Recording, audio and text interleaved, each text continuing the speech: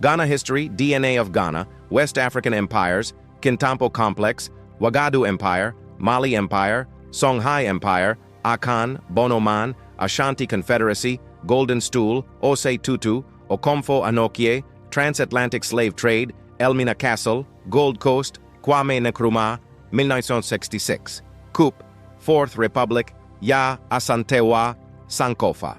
The DNA of Ghana. An epic history from ancient empires to modern democracy. Part 1. The Cradle of Adouane. Echoes of Kintampo. Long before the glint of gold captured the imaginations of distant empires, the lands that would one day be called Ghana were already humming with human ingenuity.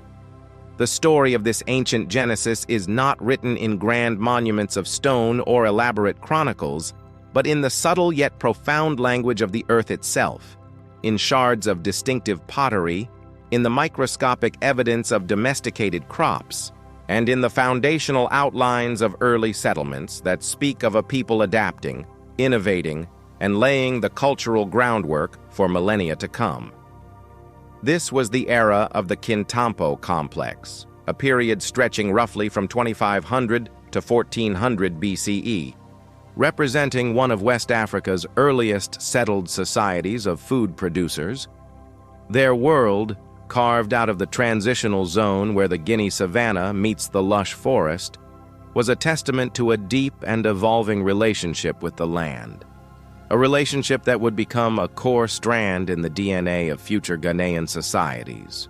The Kintampo people were pioneers, not merely occupying the landscape but actively shaping it to their will, a process that unfolded with remarkable creativity and resilience. The defining characteristic of the Kintampo culture was its revolutionary leap into agriculture. While their predecessors were nomadic hunter-gatherers, following the whims of migrating herds and the seasonal fruiting of wild plants, the Kintampo people began the patient work of cultivation. Archaeological evidence from sites like Kintampo's type site, Entereso and Boyasi Hill, reveals the presence of pearl millet, a hardy grain well suited to the savanna climate. This was supplemented by the deliberate cultivation of the oil palm, a plant whose every part could be utilized, from its nutrient-rich oil to the fronds used for thatching and weaving. This agricultural package was not just about sustenance, it was about stability. It allowed for the establishment of permanent villages, freeing people from the constant necessity of movement and enabling the development of more complex social structures and cultural practices. The very act of farming implied a forward-thinking mindset, a belief in the cyclical nature of seasons, and a commitment to a specific place. This attachment to the land, nurtured through the labor of sowing and harvesting, fostered a sense of community and collective identity that was previously unknown. The fields they cleared and the crops they tended became a shared inheritance, a tangible link between generations. This newfound sedentary lifestyle is vividly reflected in the material culture the Kintampo people left behind. Their pottery, often decorated with a distinctive comb-like pattern, was not merely functional. It was an expression of a shared aesthetic, a common visual language that bound disparate communities together. Even more intriguing are the small cigar-shaped polished stone objects, often referred to as rasps or terracotta cigars. While their exact purpose remains a subject of scholarly debate, their widespread presence across Kintampo sites suggests a common cultural or ritualistic significance. Perhaps they were used in food processing, in woodworking, or as part of a ceremonial practice lost to time. Whatever their function, their standardized form points to a network of communication and cultural exchange, a sign that these early villages were not isolated entities, but part of a broader interacting world. These artifacts, mundane yet mysterious, are the whispers of a forgotten cosmology, hinting at the beliefs and values that gave meaning to the lives of these early Ghanaians. They speak of a society that had the time and the inclination to create objects of specific form, imbuing them with a significance that transcended mere utility. The architecture of the Kintampo settlements further illuminates their social organization. Excavations have unearthed the remains of wattle and daub structures built from interwoven branches plastered with clay. These dwellings were often modest in size, but their arrangement suggests a planned community. At some sites, structures appear to be organized around a central courtyard, a spatial design that encourages communal activity and social interaction. This is the architectural blueprint of a community-oriented society, where the lines between private and public life were fluid. Furthermore, the discovery of stone foundations and burnt rock pavements points to a surprising level of constructional sophistication. These were not haphazard camps, but deliberately constructed villages, built with an understanding of materials and a vision for long-term habitation. The presence of grinding stones, stone axes, and bone harpoons paints a picture of a versatile and resourceful people, capable of exploiting a wide range of environmental niches. They fished in the rivers, hunted in the surrounding bush, and foraged for wild foods to supplement their agricultural produce, demonstrating a flexible and adaptive subsistence strategy that ensured their survival and prosperity in a dynamic environment. This multifaceted economy was the key to their longevity, allowing them to weather climatic fluctuations and resource scarcities. The Kintampo complex was not a monolithic entity, but a vibrant tapestry of interconnected communities spread across a significant portion of modern-day Ghana and parts of Côte d'Ivoire. The stylistic similarities in their material culture, from the ubiquitous decorated pottery to the enigmatic stone rasps, indicate a level of social and economic interaction that facilitated the flow of goods, ideas, and people. This network likely operated on principles of kinship and reciprocal exchange, laying the very first foundations for the long-distance trade routes that would later define the region's history. While they did not trade in gold or kola nuts on the grand scale of later empires, their localized exchanges of stone tools, pottery, and perhaps agricultural surplus established the pathways and the social protocols for future commerce. They were the originators of a tradition of mobility and exchange that would become central to the economic life of West Africa. The echoes of their world are faint, carried on the savanna winds and buried beneath layers of subsequent history, but their legacy is foundational. They were the first to truly domesticate the landscape of Ghana, to tether their destiny to the soil, and in doing so, they planted the first seeds of a complex society. Their innovations in agriculture, their distinctive artistic expressions, and their communally oriented settlements represent the earliest known cultural bedrock of the region, a deep and ancient stratum in the complex and multifaceted DNA of Ghana. Their story is a crucial reminder that the celebrated histories of great empires and golden kingdoms rest upon the quieter yet no less significant achievements of these early pioneers. Part 2. The Wagadoo Empire, Lords of Gold and Salt. In the vast, sun-drenched expanse of the Sahel, where the Sahara's sandy fingers unclench into sparse savanna, a new and formidable power arose, one whose name would echo through deserts and across seas for centuries. This was the Wagadoo Empire, known to the Arab world by the title of its king, Ghana, the warrior king, the Lord of Gold. Flourishing from approximately the 8th to the 11th century, its dominion was not forged upon the forested hills of the Kintampo, but in the arid plains to the northwest of modern Ghana. Its story is not one of agricultural pioneering, but of strategic mastery, a testament to the Soninka people's genius for controlling the vital arteries of trans-Saharan trade. The empire emerged as the indispensable intermediary, the powerful broker standing astride the two most coveted commodities of the medieval world, salt from the north and gold from the south.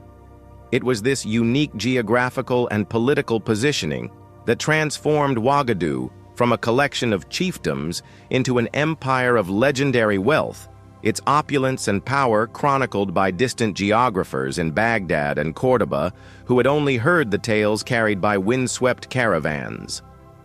The entire imperial edifice rested on the twin pillars of gold and salt, a symbiotic exchange that fueled its economy and filled its treasuries. From the north, camel caravans, sometimes thousands strong, trekked for months across the punishing desert, their primary cargo being heavy slabs of salt hewn from mines deep within the Sahara, such as Tagaza. This was no mere seasoning. In the humid climate of the southern forests, where modern Ghana lies, salt was a vital preservative and a crucial element for human and animal health. A substance so valuable, it was often traded for its weight in gold. The gold itself was sourced from the lands of the Wangara, a term used by merchants to describe the mysterious gold-producing regions to the south, likely encompassing the Akan forest and its surroundings. The miners of Wangara were famously elusive, their methods shrouded in secrecy to protect their sources. A fascinating, almost ritualistic system of exchange known as the silent trade, or dumb barter, was said to have taken place at the empire. Is southern frontier. Northern merchants would arrive at a designated riverbank, lay out their piles of salt, cloth, and copper, then beat a drum and retreat, allowing the unseen Wangara miners to emerge, inspect the goods, and place a corresponding amount of gold dust beside the pile they wished to purchase before disappearing back into the forest. The merchants would then return, and if the offer was acceptable, they would take the gold and leave. If not, they would retreat again, and the process would continue until a mutually agreeable price was reached. The rulers of Wagadoo did not mine the gold, but they masterfully controlled its flow, taxing every ounce that passed through their territory and creating the stability and security that made such a complex trade network possible. The heart of this sprawling enterprise was the capital Kumbi Saleh, a city that embodied the empire's dual identity. Arab chroniclers like the 11th century geographer al-Bakri, who provided the most vivid accounts, described it as two distinct towns separated by several miles. One was the domain of the Muslim merchants, a bustling hub of commerce and Islamic scholarship, complete with stone houses and a dozen mosques. This was the nerve center of the trans-Saharan trade, where Berber and Arab traders managed their accounts, rested their caravans, and interacted with the imperial bureaucracy. The other town, known as Al-Gaba, the forest or grove, was the royal residence, the spiritual and political core of the Soninka state. Here, surrounded by sacred groves used for traditional religious rites, lived the Ghana. Al-Bakri paints a picture of almost unimaginable splendor, a king adorned in gold jewelry and fine cotton, holding court in a pavilion where 10 horses stood caparisoned in gold-threaded cloth. Guarding the entrance were dogs of a fine breed, wearing collars of gold and silver, and the king's authority was absolute, underpinned by a powerful army said to be capable of fielding 200,000 warriors. His power was so complete that he claimed a monopoly on all gold nuggets found in the empire, leaving the more common gold dust for circulation as currency, a shrewd policy that kept the rarest forms of the precious metal in the royal treasury and maintained its immense value. The governance of Wagadoo was a sophisticated blend of Soninka tradition and pragmatic accommodation. While the North African merchants of Kumbi Saleh practiced Islam, the king and the majority of his subjects adhered to their ancestral animist beliefs, centered on the worship of a divine creator and various spirits of the land. The king himself was seen as a semi-divine figure, the chief intermediary between his people and the spiritual world. This spiritual authority was a cornerstone of his rule. Yet the Ghana demonstrated immense political sagacity by integrating skilled Muslim administrators into his government. These literate merchants, fluent in Arabic, were invaluable as scribes, treasurers, and diplomats, managing the complex logistics of imperial taxation and trade that the oral traditions of the Soninka were not equipped to handle. This created a symbiotic, if sometimes tense, relationship. The king provided the security and the overarching political framework, while the Muslim elite provided the commercial and administrative expertise that kept the empire running. Succession to the throne was not from father to son, but followed a matrilineal system, passing to the king's sister's son, a common practice in many West African societies that emphasized the importance of the maternal bloodline and was believed to ensure the purity of the royal lineage. Ultimately, the very forces that propelled Wagadoo to greatness also contained the seeds of its decline. Its immense wealth and strategic importance made it a target. In the latter half of the 11th century, a zealous Islamic reformist movement from the north, the Almoravids, swept across the desert, driven by a desire to purify the practice of Islam and control the lucrative trade routes for themselves. They captured Kombi Saleh around 1076, and although their direct rule was relatively short-lived, the invasion dealt a devastating blow. The conflict disrupted the delicate balance of the trans-Saharan trade, shattering the old roots and the trust upon which they were built.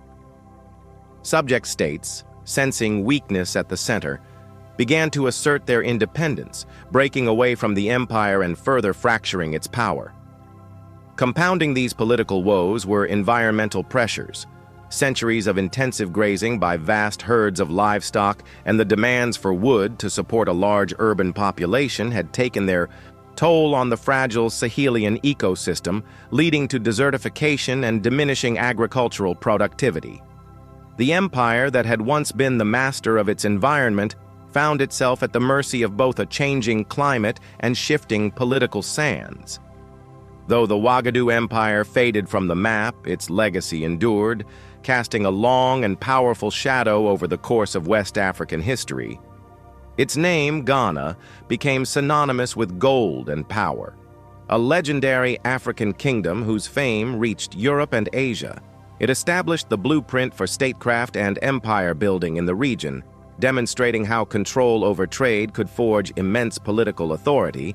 More importantly for the lands to the south, the empire's insatiable demand for gold fundamentally transformed the societies of the forest zone.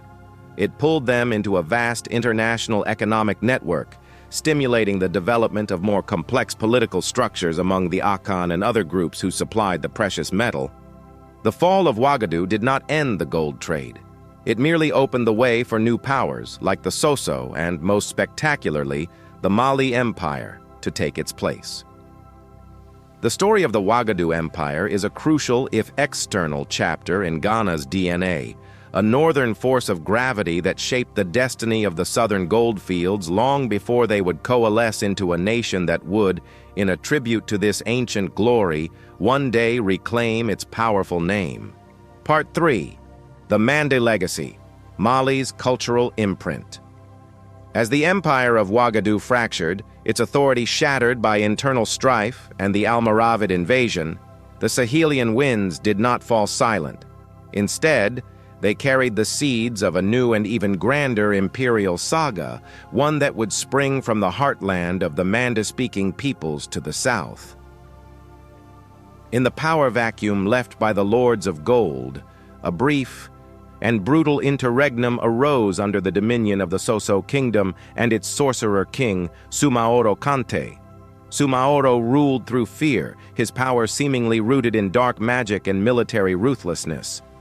But his tyranny would prove to be the crucible in which the next great West African empire was forged. This new power was Mali, an empire that would not only eclipse Ghana in wealth and size, but would also leave a profound and lasting cultural imprint upon the diverse peoples to its south, embedding new strands of language commerce and statecraft into the evolving DNA of the lands that would become Ghana. The story of Mali is inextricably linked to its legendary founder, a figure whose life is recounted in one of the world's great oral epics. He was Sundiata Keita, the Lion Prince of the Mandinka. The Epic of Sundiata, preserved for centuries by Mande Jealous, oral historians, tells of a boy born to a king yet crippled and unable to walk, suffering the scorn and ridicule of the court. His mother, Sogolon, was a woman of immense spiritual power, and it was her strength that shielded him through a difficult youth. Forced into exile by the machinations of a rival queen, Sundiata journeyed through neighboring kingdoms, learning the arts of war and statecraft, his frail body growing into a vessel of incredible strength and his mind into that of a master strategist. The call to destiny came when Sumaoro Kante's Soso Empire conquered his homeland of Mandan, persecuting his people. The elders, desperate for a savior, sought out the exiled prince. Sundiata returned, not as a broken child, but as a charismatic leader, rallying a coalition of rebellious Mandinka chiefdoms under his banner. The conflict culminated in the epic Battle of Kirina around 1235 CE. Here, Sundiata faced Sumaoro in a cataclysmic struggle that was as much a battle of spiritual power as it was of arms. According to the epic, Sundiata discovered the secret to Sumaoro's invincibility and with a specially prepared arrow vanquished the sorcerer king, shattering the Soso Empire and clearing the path for the unification of the Mande peoples. The victory at Kirina was the birth of the Mali Empire. Sundiata was more than a conqueror. He was a visionary architect of empire. Following his victory, he convened the Gbara, or Great Assembly, of allied chiefs and elders. At this foundational meeting, he established the laws and social order of the new empire, creating a federal system that granted a degree of autonomy to its constituent kingdoms, while demanding loyalty and tribute to the central authority of the Mansa or emperor. He established a new capital, Niani, turning it into a thriving administrative and commercial center. Critically, Sundiata understood that an empire could not live on gold and salt alone. He promoted agriculture, clearing new lands for farming and encouraging the cultivation of sorghum, millet, and, most importantly, cotton, which fueled a burgeoning textile industry. This diversified economic base gave Mali a stability that its predecessors had lacked. He also took direct control of the Bambouk and Bouré goldfields and the Saharan salt mines, effectively seizing the reins of the trans-Saharan trade from which Ghana had profited. Sundiata's genius lay in his ability to weave together military might-shrewd economic policy and a federal political structure that respected local traditions, creating a vast multi-ethnic and well-organized state that would dominate West Africa for over 2 centuries. The apogee of Mali's power and international fame was reached under the reign of Sundiata's grandnephew Mansa Musa in the early 14th century. A devout Muslim, Musa embarked on the Hajj, the pilgrimage to Mecca, in 1324, and in doing so he etched the name of Mali onto the consciousness of the medieval world. His was no simple journey of faith. It was an extraordinary procession of wealth and power. His caravan reportedly included tens of thousands of soldiers, civilians and attendants, along with a train of camels laden with hundreds of pounds of gold dust. As he passed through Cairo, he distributed so much gold in acts of charity and commerce that he flooded the market, causing the value of the precious metal to plummet for more than a decade. This act of largesse, while economically disruptive, was the ultimate public relations victory. It announced to the Mediterranean and Islamic worlds that a sophisticated and fabulously wealthy empire existed deep within the African continent. European cartographers took note. The Catalan Atlas of 1375 famously depicts a crowned black king in the heart of West Africa, holding a golden nugget with the caption, "Musa Mali, Lord of the Negroes of Guinea." Musa returned from his pilgrimage with Arab scholars, architects, and books, sparking an intellectual and architectural renaissance in cities like Timbuktu and Djenné, which he transformed into world-renowned centers of Islamic learning and scholarship. For the burgeoning societies in the forest regions to the south, the impact of the Mali Empire was transformative. While direct political control did not extend deep into the forest, Mali's immense economic gravity pulled these areas irrevocably into its orbit.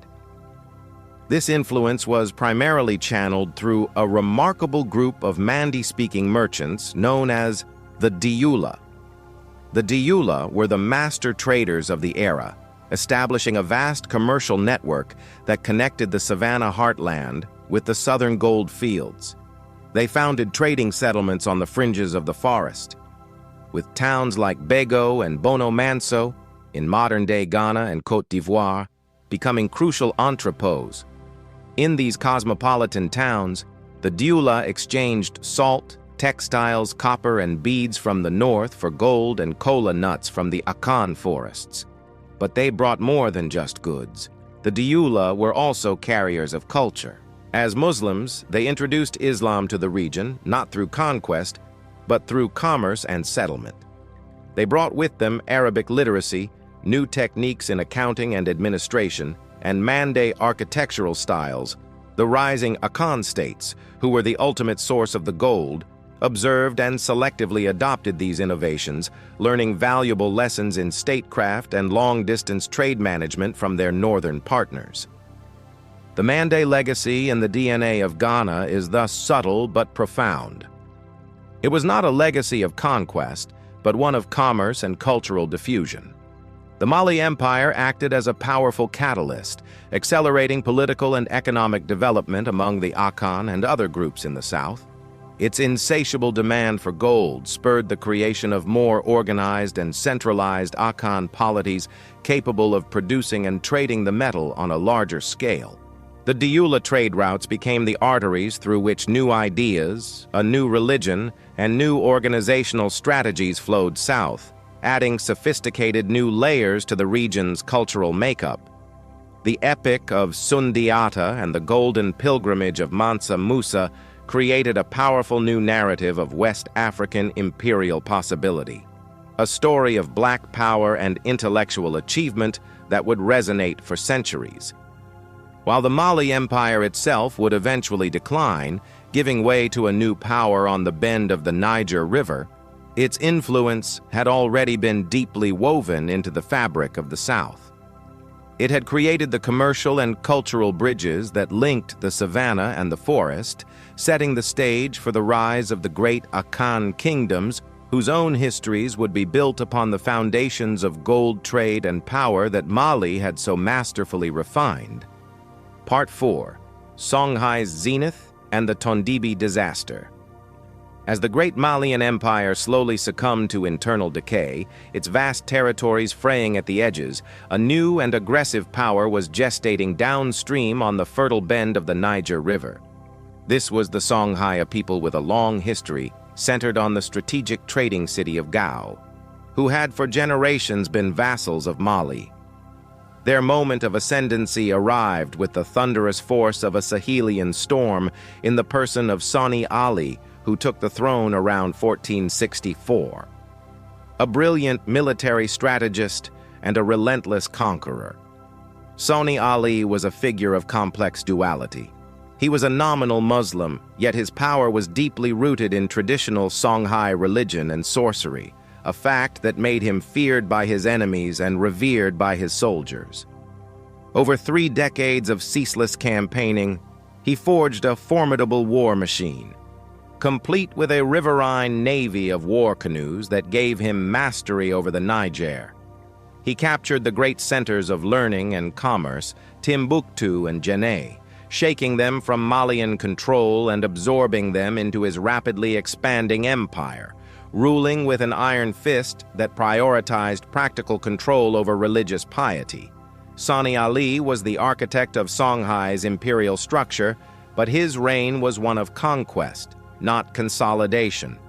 The empire's golden age, its true zenith, would be shaped by a different kind of leader. Following Sani Ali's death, his son was overthrown in 1493 by one of his leading generals, Muhammad Touré, who established a new dynasty and took the title Askia Muhammad I, or Askia the Great. Where Sani Ali had been a pragmatist rooted in Songhai tradition, Askia Muhammad was a devout Muslim and a visionary administrator. He recognized that a vast, multi-ethnic empire could not be held together by force alone. It required a sophisticated system of governance. He undertook a sweeping administrative overhaul, replacing the ad hoc rule of Sani Ali with a highly centralized bureaucracy. He divided the empire into provinces, each governed by a royally appointed official, and created a council of ministers responsible for key portfolios like finance, justice, agriculture, and the army.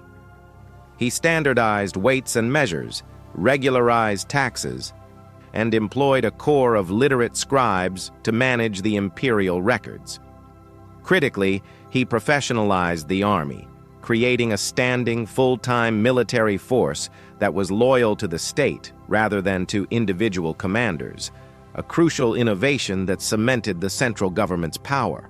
Like Mansa Musa before him, Askia Muhammad embarked on a magnificent pilgrimage to Mecca in 1496, but his motivations were as much political as they were pious.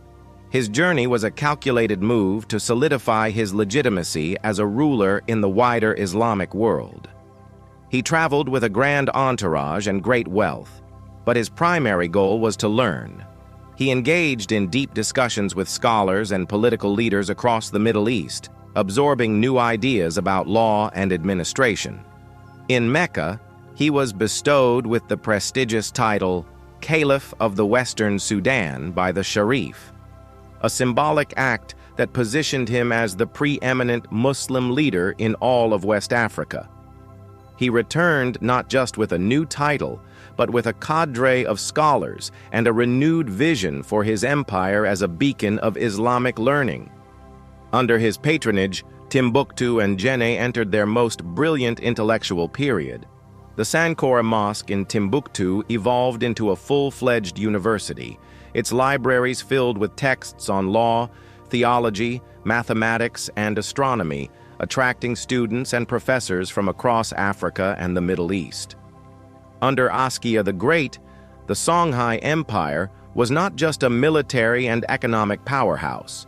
It was one of the world's great intellectual centers. Yet the very strength of Askia, its centralized system proved to be a vulnerability when the center itself weakened. In his old age, blind and infirm, Askia was deposed by his own son in 1528, initiating a period of instability and dynastic conflict that would plague the empire for decades. A succession of Askias rose and fell, often through assassination and civil war, as brothers and cousins vied for the throne. While the imperial bureaucracy and military machine continued to function, this internal strife eroded the unity and decisive leadership that had characterized the reign of Askia the Great. News of this internal weakness, of an empire rich in gold but divided in leadership, traveled north on the salt caravans, reaching the ears of an ambitious and ruthless ruler in Morocco, Sultan Ahmad al-Mansur. Al-Mansur, having recently secured a major victory against a Portuguese army, was filled with confidence and desperately needed new sources of revenue to modernize his own military. He looked south and saw the legendary wealth of the Songhai as the solution to his problems. Disregarding the counsel of his advisors who warned of the perils of crossing the Sahara, Al-Mansur dispatched a small but elite expeditionary force of around 4,000 soldiers in late 1590. Led by a Spanish eunuch named Judar Pasha, this was no ordinary army. While a fraction of the size of the Songhai host, its core was composed of musketeers armed with the arquebus, a revolutionary gunpowder weapon, and it was supported by several cannons. The grueling 3-month march across the desert was a monumental feat of endurance, costing the Moroccans nearly half their men. But those who survived were hardened veterans, equipped with a technology that the Songhai had never faced on a large scale. The reigning emperor, Askia Ishak II, learning of the invasion, assembled a massive army, estimated at over 40,000 strong, to meet the threat. Confident in his overwhelming numbers, he marched north to confront the invaders near the town of Tondibi. The Battle of Tondibi, fought in March 1591, was not a battle. It was a cataclysm. It was a brutal collision between two different eras of warfare. The Songhai army, a formidable force of cavalry and infantry armed with spears, arrows, and swords, charged with courage and discipline. But their traditional tactics were utterly helpless against the disciplined volleys of fire and cannonades from Judar Pasha's forces. The noise and smoke from the firearms, which the Songhai called magic, created terror and confusion, spooking the Songhai cavalry.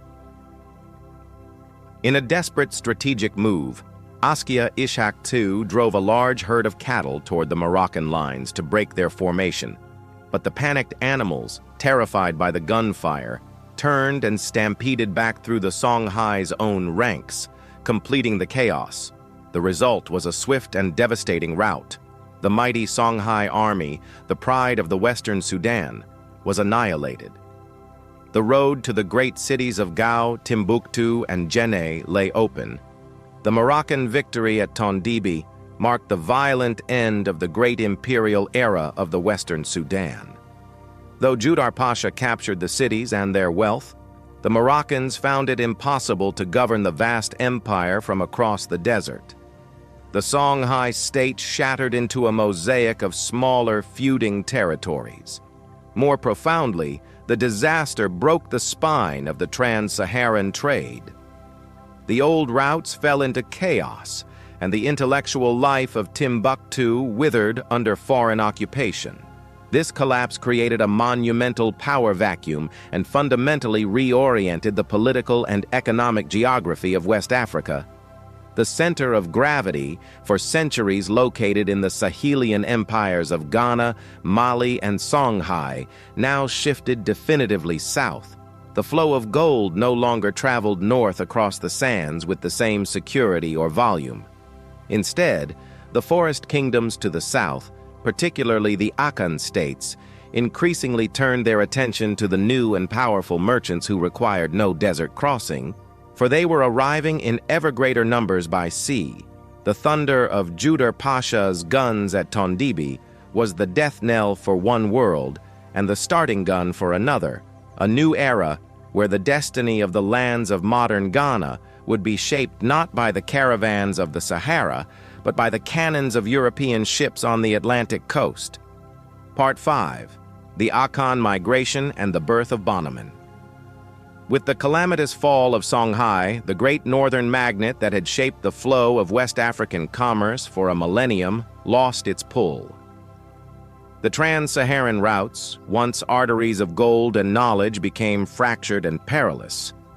For the peoples of the forest and its northern fringes, this cataclysmic shift was not an end, but a profound reorientation.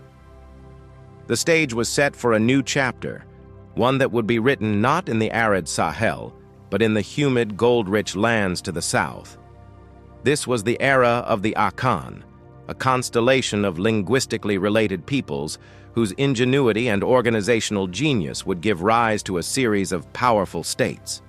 Their own foundational stories, passed down through generations of oral tradition, speak of a great migration, a purposeful journey from the ancient north that brought them to their destined home, a narrative that established their identity and right to rule. This story of becoming is central to the Akan strand of Ghana's DNA, a process that culminated in the rise of their first great kingdom, Bonomoman. The precise origins of the Akan people are a subject of rich debate, a tapestry woven from oral history and modern science. Many Akan traditions, particularly those of ruling lineages, speak of an exodus from the north, often explicitly referencing the Wagadoo Empire. According to these accounts, their ancestors were part of that great empire and were forced to flee southward in the face of its collapse and the subsequent turmoil. This narrative is not merely a historical record. It is a powerful charter of legitimacy, linking the Akan to a prestigious and ancient imperial past. It provided a shared identity for disparate groups settling in a new land and justified their political ascendancy. However, linguistic and archaeological evidence paints a more complex and localized picture, suggesting that the ancestors of the Akan have resided in the forest and savanna transition zones of West Africa for thousands of years. Their language belongs to the Kwa family, indigenous to the region, indicating deep roots in the very soil they would come to master. The most likely reality synthesizes these two perspectives. Not a single mass migration, but a long and gradual process of movement, cultural fusion, and evolution. Small groups of people, possibly elites with experience in statecraft, learned from contact with the northern empires, likely moved southward over centuries, merging with existing populations and introducing new ideas about political organization, social hierarchy, and long-distance trade. This slow drift and amalgamation, rather than a dramatic flight, is the truer story of the Akan's genesis. It was from this crucible of fusion and innovation that the first major Akan state emerged, a kingdom known as Bonoman, or the Bono state. Flourishing from as early as the 12th or 13th century, it was strategically situated in what is now the Brongahafo region of Ghana, a perfect transitional zone. It was close enough to the forest to control the sources of gold and kola nuts, yet accessible enough to the north to engage directly with the Mandadula merchant caravans that were the lifeblood of regional trade. At the heart of this kingdom was its capital, Bonomoman, a remarkable urban center that grew into a bustling cosmopolitan hub. Archaeological work has revealed a large and well-organized city, likely covering several square miles. It was a city of distinct quarters reflecting its diverse population, a royal quarter for the Bonohene, the king, and his court, sprawling residential areas for the native Bono people, and crucially a separate district for foreign merchants, primarily the Muslim Dula.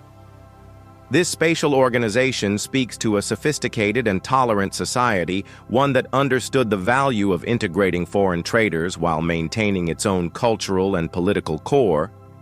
Bonomoman was a hive of activity, a place where the languages of the forest met the tongues of the savanna, and where raw gold dust was transformed into imperial revenue. The kingdom's prosperity was built squarely upon its control of commerce. Bonoman became the primary middleman for the gold extracted from the Akan forest to the south.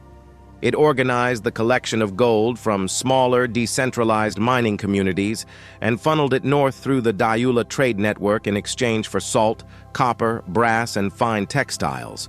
But gold was not its only treasure. The Bono also dominated the trade in kola nuts, a mild stimulant highly prized in the Islamic world for its use during long prayers and journeys. This dual commodity economy gave Bonoman immense wealth and influence. This wealth fueled the development of a vibrant artisanal culture. Bono craftsmen became masters of metallurgy, not only working gold, but also creating intricate brass objects using the lost wax casting method. This technology gave rise to one of the most iconic artifacts of Akan culture, the abramu, or gold weights. These were not simple units of measurement. They were miniature sculptures depicting proverbs, social scenes, and spiritual symbols, a complex visual language that encoded the values and wisdom of the society. The kingdom also fostered a renowned weaving industry, producing a heavy cotton cloth that was a precursor to the celebrated kente cloth that would later become a symbol of Ghanaian and Pan-African identity.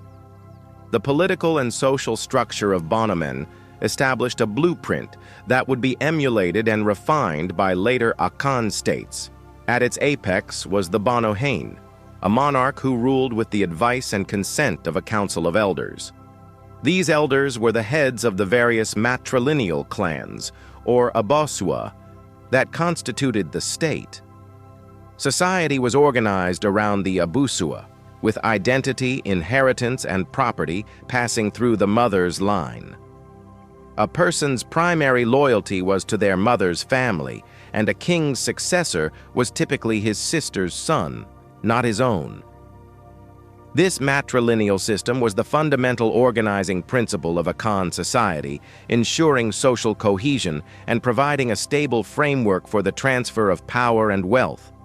The Banahini was not an absolute autocrat, but the chief custodian of the state, the senior representative of all the clans whose spiritual role was to ensure the well-being and prosperity of his people by mediating between the physical and ancestral worlds. For centuries, Bonomoman thrived as the dominant power in the region, a mother state from which many other Akan groups would later trace their origins. It was the crucible where the core components of Akan civilization, matrilineal social structure, sophisticated statecraft, gold-based commerce, and rich artistic expression were forged and consolidated. However, its very success made it a target. As other Akan groups to the south, enriched by their own direct access to gold, grew in power and ambition, they began to challenge Bono's hegemony. In the early 18th century, the rising star of the Ashanti Confederacy, a militaristic and highly organized Akan state to the south, turned its attention to its old mother kingdom. After a series of conflicts, Bonomoman was conquered, and the Bono state was absorbed into the expanding Ashanti Empire. But this was not the end of its legacy. The fall of Bonomoman was not an erasure, but an assimilation. Its people, its administrative systems, and its cultural innovations were incorporated into its successor state. Bonomoman was the foundational experiment in Akan state building, the first great political expression of Akan identity, and its enduring contributions to governance, art, and commerce represent an essential and formative strand in the deep and complex DNA of Ghana. Part 6. The Rise of the Ashanti, a confederacy forged in war. As the northern trade routes faltered, the economic and political center of gravity in the lands of Ghana drifted inexorably southward into the dense, gold-laden heart of the forest. In this fertile, contested region, a number of Akan states vied for supremacy, but by the late 17th century, one power had emerged as the undisputed regional hegemon, Nkrumah. Ruling with an iron fist from its capital at Abankwa, Nkrumah dominated its neighbors, including a cluster of small, disunited Akan chiefdoms settled in the Kwame forest. These groups, who shared a common ancestry through the Oyoko clan, chafed under Nkrumah's oppressive rule, forced to pay heavy and often humiliating tribute. The Nkrumah, or king of Nkrumah, treated them as mere vassals, extracting their wealth in gold and manpower to fuel his own ambitions. This environment of subjugation and resentment became the fertile ground from which a revolutionary new power would spring, a power forged in the crucible of war and unified by an unprecedented vision of national identity. The genesis of this new power, the Ashanti Confederacy, is inseparable from two monumental figures whose partnership transcended the normal bounds of politics and religion: Osei Tutu, the warrior diplomat, and Okomfo Anokye, the priest of transcendent vision. Osei Tutu, a prince of the Oyoko clan of Kumasi, spent his youth in exile, a period that proved to be his political apprenticeship. He served at the court of the powerful Akwamu state and, ironically, at the court of his people's oppressor, Nkrumah. This experience gave him invaluable insight into the mechanics of statecraft, the art of diplomacy, and the strategies of warfare practiced by the most powerful kingdoms of his time. His companion and chief advisor, Okomfo Anokye, was a spiritual leader of immense charisma and renown, a high priest whose authority was believed to stem directly from the divine. It was this fusion of Osei Tutu's political acumen and military prowess with Okomfo Anokye's profound spiritual authority that provided the catalyst for the Ashanti Revolution. Together they envisioned not just another kingdom, but a union of states bound by a shared purpose and a sacred covenant. Returning to his homeland of Kwame around 1695, Osei Tutu, guided by Okomfo Anokye, began the painstaking work of unification. He did not simply command unity, he cultivated it. Through a masterful blend of diplomacy, strategic marriages, and by constantly reminding the disparate chiefs of their shared oppression under Nkrumah, he began to weave the fractious states together. He convinced the leaders of the various Oyoko towns to form a military alliance, a pact of mutual defense and collective action. A pivotal move was the establishment of a new capital, Kumasi, at a centrally located and neutral site. According to tradition, Okomfo Anokye planted 2 kum trees at different locations. The one that thrived marked the spot for the new capital, Kumasi, meaning under the kum tree. This act symbolized a new beginning, a capital that belonged to all the United States, not just one of the existing towns, thereby preventing interstate jealousy and solidifying the city's role as the political and spiritual heart of the nascent union. The ultimate test of this new union came with the inevitable war against Nkrumah. The final catalyst, according to oral history, was a grossly insulting demand for tribute from the Nkrumah. Ntim Gyakari, who not only demanded a vast sum of gold, but also that the Ashanti chiefs send their own wives and heirs to serve in his court. This was an intolerable affront, designed to break their spirit, but it instead ignited their resolve.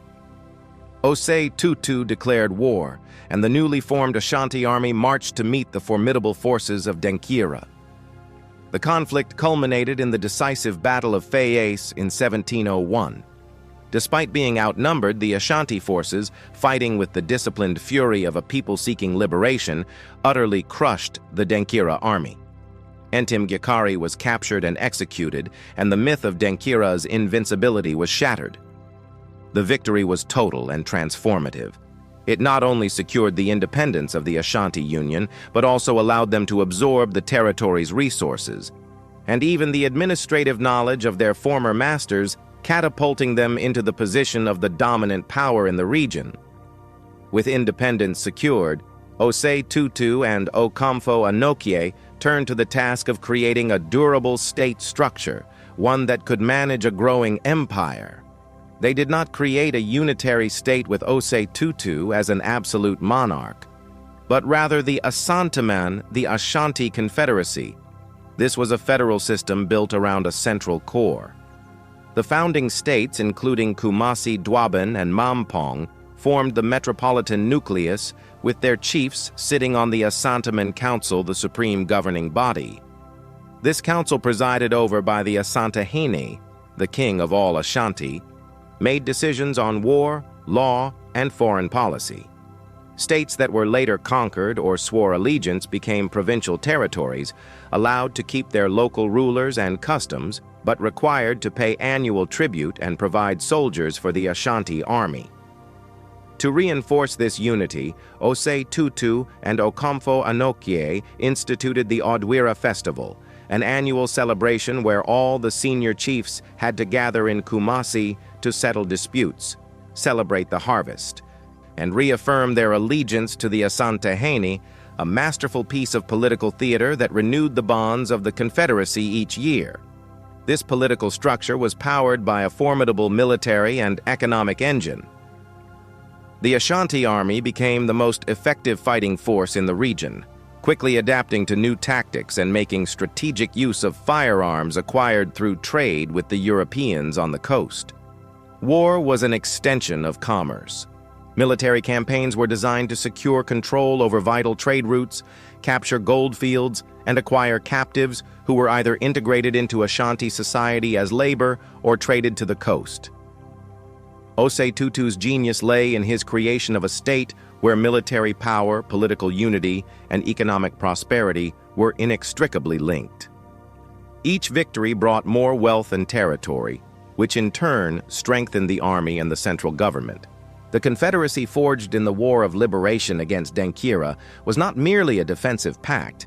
It was a dynamic and expansionist empire in the making, a highly organized and militaristic state that was now poised to dominate the political landscape of the Gold Coast for the next 2 centuries.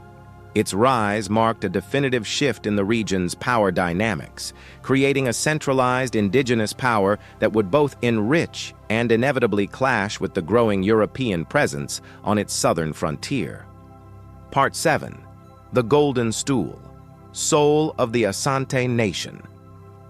The military victories and political innovations that forged the Ashanti Confederacy were the skeleton of the new nation, but they were not its lifeblood. A state built only on conquest and administration is a brittle thing, liable to fracture under the weight of ambition and internal rivalries. The true genius of Osei Tutu, and most profoundly, his chief priest, Okomfo Anokie, was their creation of a spiritual core so powerful that it fused the disparate states into a single, indivisible entity. They understood that a nation needed more than a king. It needed a soul. This soul was not to be found in a person, a clan, or a territory, but in a sacred object that would transcend all mortal and political divisions. This object was the Sika Dwa Kofi, the golden stool born on a Friday, an artifact that became the ultimate symbol of Ashanti unity, legitimacy, and collective existence. It was and remains the repository of the Sunsum, the very soul of the Asante people. The story of its genesis is the central miracle in the Ashanti historical narrative, a foundational event that cemented the authority of both the new confederacy and its spiritual architect, Okomfo Anokie. After the victory over Denkyira had secured their freedom, Okomfo Anokie called a great assembly of the chiefs and elders of the founding states of the Union. On that momentous day before the gathered leaders, he began to invoke the spirits and the heavens. The sky, it is told, grew dark as he chanted his incantations, thunder rolled, and lightning split the air. From the churning, darkened sky, a small stool wrought of pure gold and hung with bells slowly descended, coming to rest not on the ground, but gently upon the lap of Osei Tutu. Okomfo Anokie announced to the awestruck assembly that this stool was not a creation of man, but had been sent from Nyame, the supreme being, and that it contained the spirit, the unity, and the strength of the entire Asante nation. It was the embodiment of their collective soul. To bind the chiefs and their people to this sacred covenant, Okomfo Anokie performed a powerful ritual of unification. He commanded that each of the founding chiefs, along with Osei Tutu himself, provide clippings of their fingernails and a small tuft of their pubic hair. These were mixed with a special concoction and some of the gold dust from the stool, creating a powerful medicine, a sacred paste. A portion of this paste was smeared onto the golden stool, symbolically sealing the souls of the leaders and their lineages within the object. The remainder was consumed by the chiefs, a form of spiritual communion that made their physical bodies and their states part of one metaphysical whole. Okomfo Anokie then laid down the laws of the stool. It was never to be sat upon, not even by the Asantehene. It must never touch the bare ground, and its loss or capture would mean the immediate dissolution and demise of the Asante people. The golden stool was not a throne for a king, but a throne for the nation's soul, and the Asantehene was merely its chief custodian, its highest guardian. This sacred status was reflected in the extraordinary protocols and rituals that surrounded the golden stool. It was granted its own retinue of attendants, its own palace, and its own magnificent umbrella, a symbol of high office. When it was moved in the rarest and most solemn of processions, it was carried with reverence, placed upon its own velvet-draped chair, and treated as a living entity of supreme authority. Its presence sanctified all major state events, from the installment of a new Asantehene to the annual Odwira festival, where the nation's unity was renewed. The stool's power was distinct from, and superior to, that of the Asantehene himself. While the Asantehene had his own personal stool of office, the Awedia Dwa, which was a symbol of his reign and would be blackened and consecrated to his spirit after his death, the golden stool belonged to no single ruler. It was the eternal link between the living, the dead ancestors, and the generations yet to be born. A king could be destooled, but the golden stool was forever, as long as the nation survived. This brilliant political theology placed the nation's identity above the person of any single ruler, creating a powerful check on monarchical power and fostering a deep sense of collective identity. The psychological impact of this belief was immense. The golden stool was not just a symbol, it was the ultimate mobilizing force. The conviction that their very existence, their past, present, and future, was contained within this single object instilled in the Ashanti people a fierce and unwavering devotion. An order given in the name of the golden stool was the highest possible command, capable of marshaling the full military might of the Confederacy without question. To fight for the stool was to fight for the preservation of their world. This spiritual foundation gave the Ashanti state a resilience that purely political or military confederations lacked. Through civil disputes or succession crises, the one constant was the inviolable sanctity of the stool. It was the anchor of their national consciousness, the source of their strength in times of prosperity, and their ultimate rallying point in times of existential threat. The golden stool was the masterstroke of Ashanti statecraft, a piece of political and spiritual genius that transformed a military alliance into a true nation. It elevated the concept of unity from a pragmatic agreement into a sacred duty, embedding it deep within the cultural and religious life of the people. It provided an unshakable foundation of legitimacy for the Asantehene as rule, not as an autocrat, but as the principal servant of his people's collective soul. It created a national identity so profound that the physical safety of a single object became synonymous with the survival of the people themselves. This deep spiritual conviction explains the extraordinary history of the Ashanti people, their rapid expansion, their unified strength, and their later willingness to wage war against the most powerful empire on earth to protect it. In the complex DNA of Ghana, the story of the golden stool represents the power of a unifying national symbol to forge a people's identity and steel their resolve. Part 8. Elmina's Shadow. The arrival of the Europeans. While the Ashanti were consolidating their power deep within the forest, forging a nation around a spiritual core of gold, an entirely new and revolutionary force was making its presence felt on the sun-drenched coastline. This force did not arrive on foot from the dry savanna, but by sea on vessels the coastal peoples described as floating houses or wooden mountains, their great white sails like the wings of colossal birds. These were the ships of Portugal, carrying mariners driven by a potent mixture of religious zeal, adventurous spirit, and, above all, a consuming hunger for gold. For centuries, Europe had received West African gold only after it had trickled north across the Sahara, its price inflated by a long chain of Mande, Berber, and Arab middlemen. The Portuguese, led by intrepid navigators in the service of Prince Henry, sought to bypass this ancient network, to sail directly to the source and tap into the fabled river of gold for themselves. When explorers João de Santarém and Pedro Escobar reached the shores of what is now Ghana in 1471 and found the trade in gold dust to be more abundant than anywhere else they had seen, they christened the region a Costa da Mina, the Gold Coast. The initial interactions were ones of cautious commerce, not conquest. The coastal Akan peoples, such as the Fante and the Eguafo, were already sophisticated traders, long accustomed to dealing with the Dula merchants from the north. They were not overawed by the newcomers, but saw them as another potential trading partner, albeit a strange and powerful one. They controlled the land, the resources, and the trade routes to the interior. The Portuguese ships would anchor offshore, and local canoes would paddle out, carrying gold dust, ivory, and provisions to be exchanged for European goods. Brass and copper manillas, brightly colored cloth, iron tools, and Venetian beads. For a decade, This maritime trade followed the established patterns of visit and departure.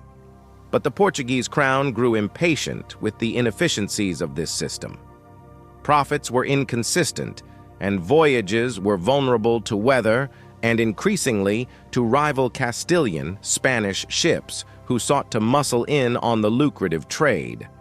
To secure a monopoly and establish a permanent defensible base of operations, King John II of Portugal made a monumental decision: to build a fortress on the Gold Coast. This mission was entrusted to an experienced nobleman, Diogo de Azambuja, who in 1482 arrived not with a mere trading fleet, but with a formidable armada.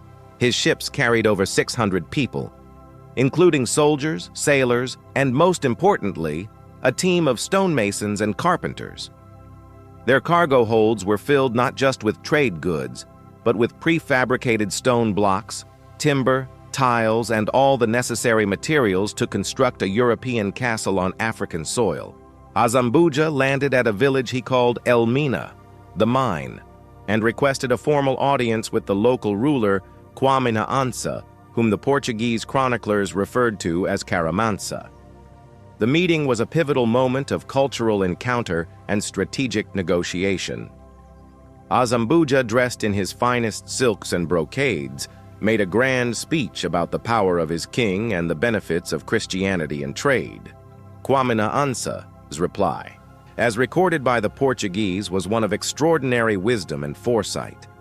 He expressed satisfaction with the current trading relationship, but warned against a permanent settlement, astutely observing that friends who see each other often are more likely to fall out than those who meet only occasionally. He understood that the proximity of such powerful and dissimilar neighbors would inevitably breed conflict. Azambuja, however, would not be deterred. Through a combination of lavish gifts, persistent diplomacy, and the unspoken threat of his armed soldiers, he secured a reluctant permission to build. The construction of Elmina Castle fundamentally and irrevocably altered the destiny of the Gold Coast. It transformed the relationship between Africans and Europeans from one of intermittent contact to one of permanent institutionalized interaction. The castle was not merely a fort. It was a trading post, a warehouse, a naval base, a prison, and a seat of government all in one. It became the central depot where gold from the interior, brought to the coast by Akan merchants, was stored before being shipped to Portugal. Local Akan rulers who controlled the lands around Elmina and other forts that soon followed found their own power immensely magnified. They became the indispensable gatekeepers of the new maritime trade, growing wealthy and influential, which in turn altered the balance of power among the various coastal states. The introduction of European firearms, traded for gold, began to change the nature of local warfare, making it far more lethal. The shadow of Elmina, however, was destined to lengthen and darken. While the castle was built on a foundation of gold, its dungeons and storerooms would soon be adapted for a new and far more sinister commodity. The demand for labor in Portugal, its Atlantic island colonies, and, more significantly, in the burgeoning sugar plantations of Brazil, created a voracious appetite for enslaved people. The permanent infrastructure established at Elmina and the castles that followed, built to streamline the gold trade, were perfectly positioned to become the linchpins of this new human trade.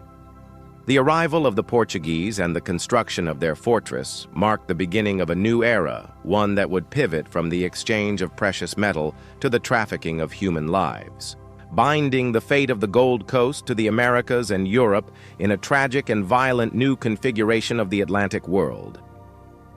The Great Stone Castle, a symbol of European power and commercial ambition, stood as a grim harbinger of the profound and painful transformations to come. Part 9. A Coast of Castles, the Transatlantic Human Trade. The stone walls of Elmina Castle, originally raised to hoard gold, soon began to guard a different, far more tragic currency.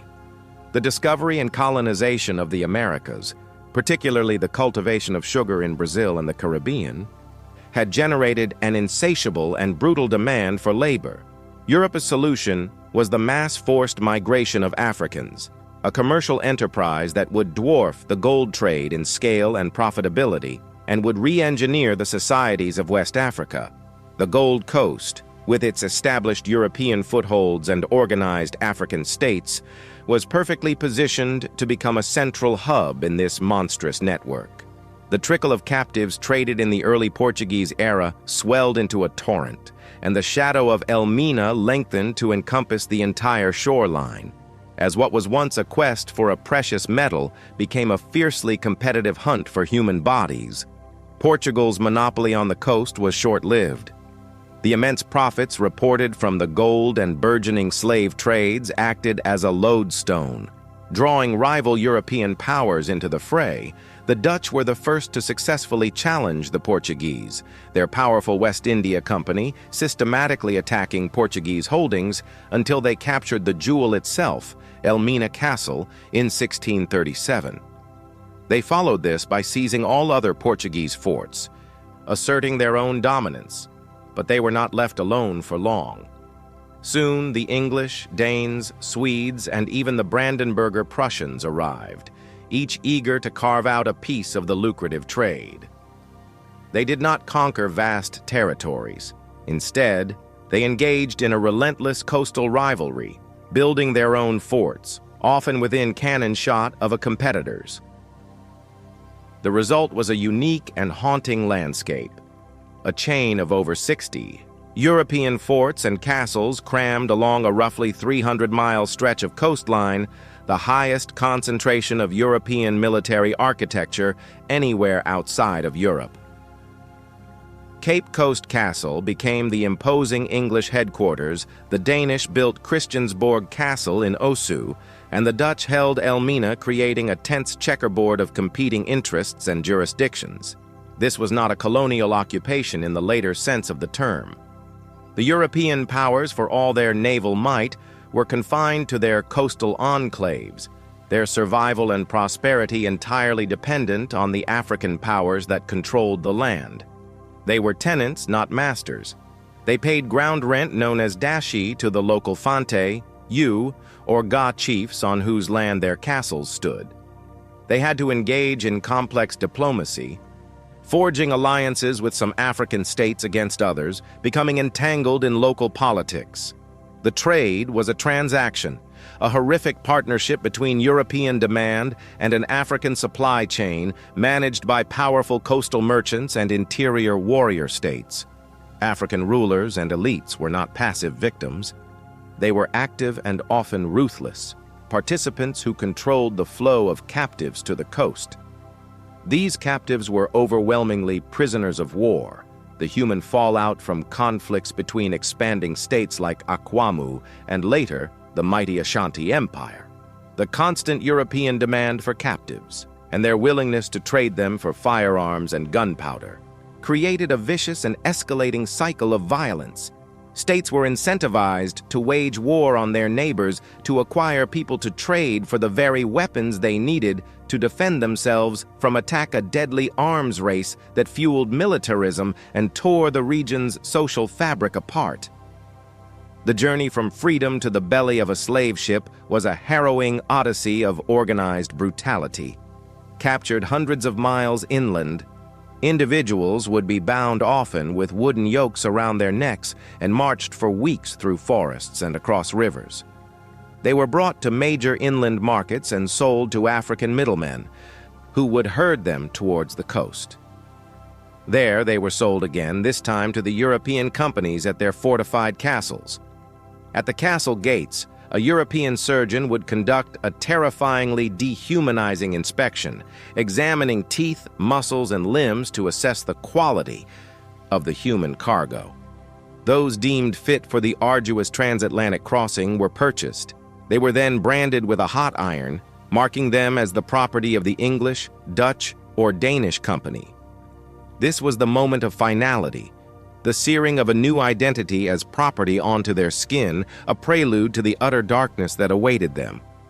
This darkness was the castle dungeon, a place of unimaginable horror, known as slave holes or barracoons. These subterranean chambers were hell on earth.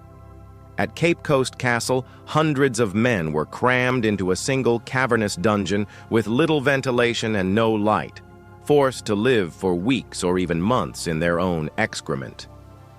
The women were held in separate, equally squalid dungeons, where they were routinely subjected to sexual violence by the European soldiers and officials who lived in spacious quarters directly above. The air was a suffocating mixture of sweat, fear, and disease. This was a calculated process of breaking the human spirit, of stripping away identity, dignity, and hope before the final journey. The final stage of this process was the passage through a tunnel leading to the seaward side of the fortress, a portal known as the Door of No Return. Forced through this narrow opening, blinking in the sudden, blinding sunlight, captives would be loaded onto small boats, paddled through the crashing surf, and delivered to the slave ships anchored offshore, leaving their homeland, their families, and their names behind forever. The transatlantic human trade fundamentally rewired the economic, political, and social DNA of the Gold Coast. It engendered a culture of endemic warfare and predation, privileging militaristic states at the expense of peaceful agrarian societies. The immense loss of life, particularly of young men and women, constituted a demographic catastrophe from which some regions would never fully recover. It sowed seeds of profound distrust and created deep-seated rivalries between different ethnic groups that would persist long after the trade itself was abolished. The wealth generated did not lead to broad societal development. It was concentrated in the hands of a warrior and merchant elite and used primarily to purchase the instruments of further violence. The great stone castles that still stand sentinel along Ghana's coast are not merely relics of a bygone era. They are enduring monuments to a period of immense trauma, a time when the region's destiny was violently reshaped by a global commerce in human lives, leaving a legacy of pain, diaspora, and complex memory etched into the very stones of the shore. Part 10. The 100-Year War, Anglo-Ashanti Conflicts. With the transatlantic human trade entering its final contentious decades and British influence solidifying along the coast, a new and unavoidable conflict began to smolder.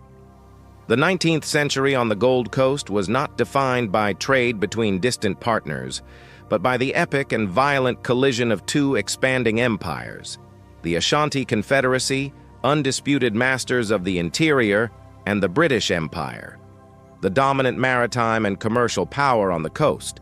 Their spheres of influence, once separated by a buffer of intermediary states, were now pressing directly against each other, creating a volatile frontier of friction and ambition. At its heart, the conflict was a struggle for ultimate control over trade routes, over political allegiances, and over the very future of the region. This long and brutal series of confrontations, often called the Anglo-Ashanti Wars, was a 100-year struggle that would pit the military might of an industrializing global empire against the disciplined, spiritually unified power of West Africa's foremost warrior state. The fundamental and irreconcilable dispute revolved around the coastal states, particularly the Ashanti Confederacy. From the perspective of the Asante in Kumasi, the Ashanti and other coastal peoples were rebellious vassals, subjects of the Ashanti Empire who had a sworn duty to pay tribute and respect his authority. The Ashanti saw the coastal forts not as sovereign British territory, but as leased trading posts whose tenants had no right to interfere in the empire's internal affairs. For the British, however, the situation was entirely different.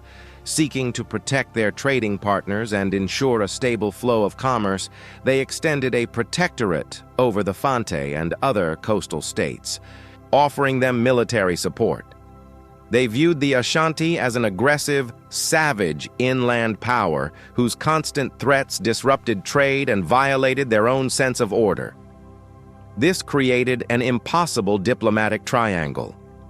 The Ashanti used their British alliance to defy Ashanti authority, while the Ashanti viewed this British protection as an act of war, a direct challenge to their sovereignty.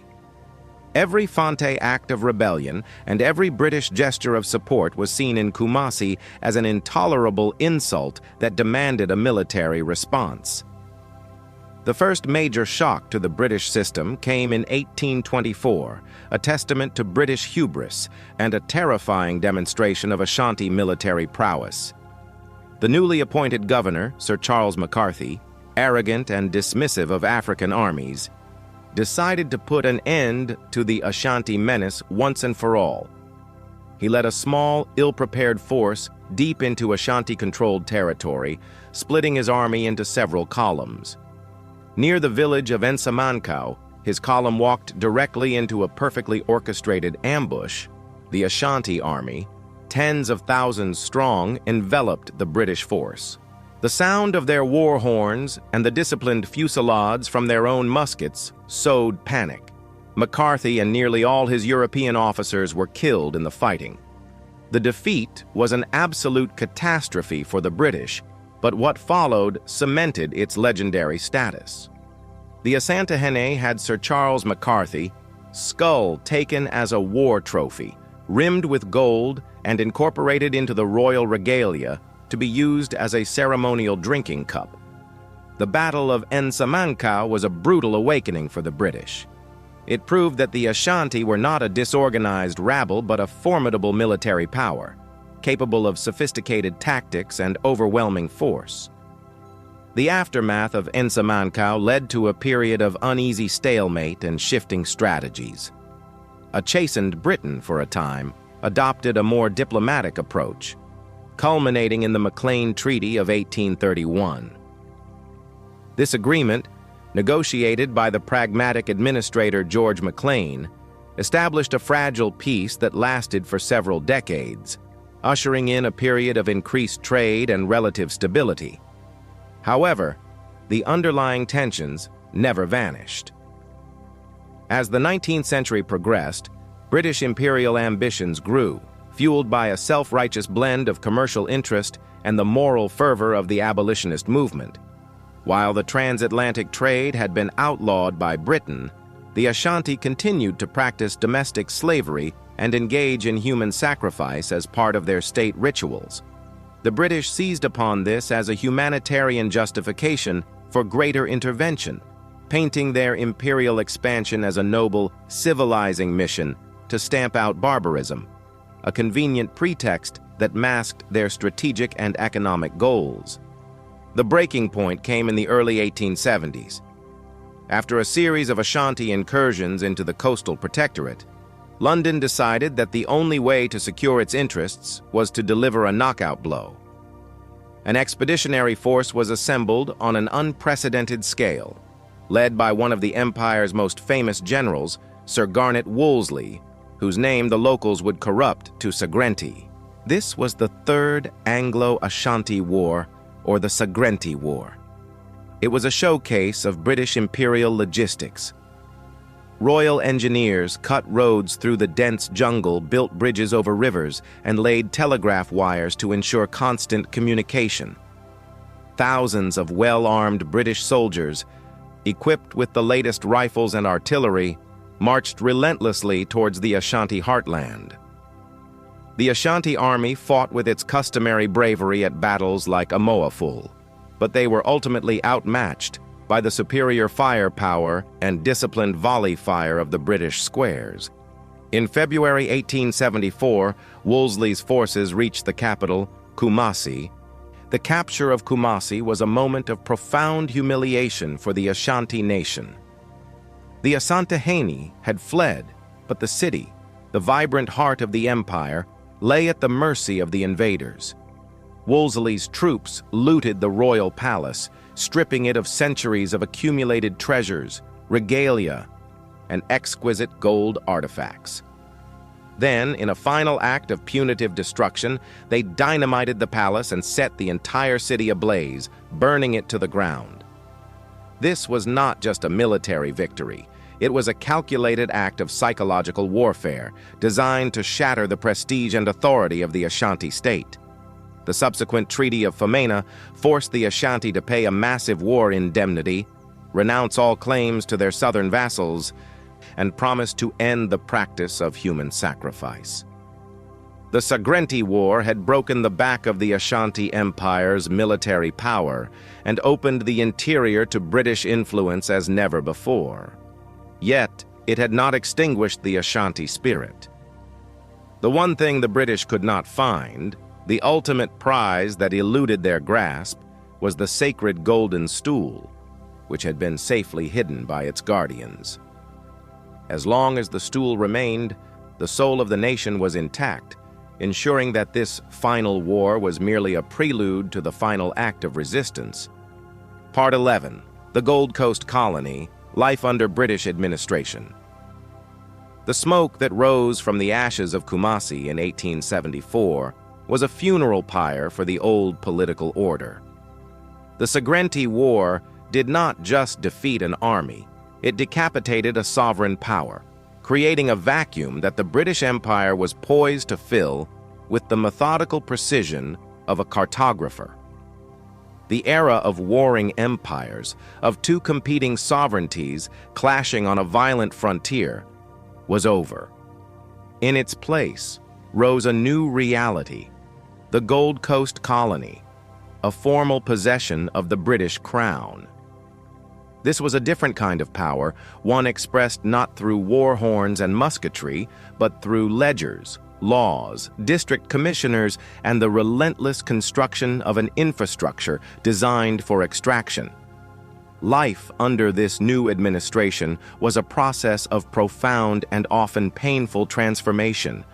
As the ancient DNA of the region was systematically spliced with the foreign matter of colonial governance, economy, and culture, the architecture of this new colonial state was a top-down pyramid of absolute authority. At its apex sat the governor, a British official appointed by London who wielded immense executive power. He was assisted by a legislative council, but this body was in its early decades little more than a rubber stamp. It was dominated by British heads of department with a handful of unofficial members carefully selected from the ranks of the loyal, wealthy, and Western-educated African elite. These African members, while providing a veneer of local consultation, had no power to veto the governor's will. Parallel to this, a new legal system based on British common law was imposed across the colony, creating a dualistic and often contradictory legal landscape. The colonial courts, presided over by British judges, frequently superseded the authority of traditional tribunals, introducing alien concepts of property, contract, and punishment that eroded the intricate legal philosophies that had governed Akan and other societies for centuries. The entire structure was designed not for democratic representation, but for administrative efficiency and the unquestioned maintenance of British control. To manage the vast and complex territories beyond the coastal colony, the British adopted the doctrine of indirect rule, a pragmatic and cost-effective strategy of governance. The theory was to rule through the existing traditional power structures, primarily the chiefs. Yet this was a deeply deceptive policy. It did not preserve traditional authority, it fundamentally warped it. Before the colonial era, a chief's legitimacy was derived from his lineage, the consent of his elders, and his spiritual duty to his people and the ancestral stool. Under indirect rule, a chief, his primary source of authority, became the British District Commissioner. His role was repurposed.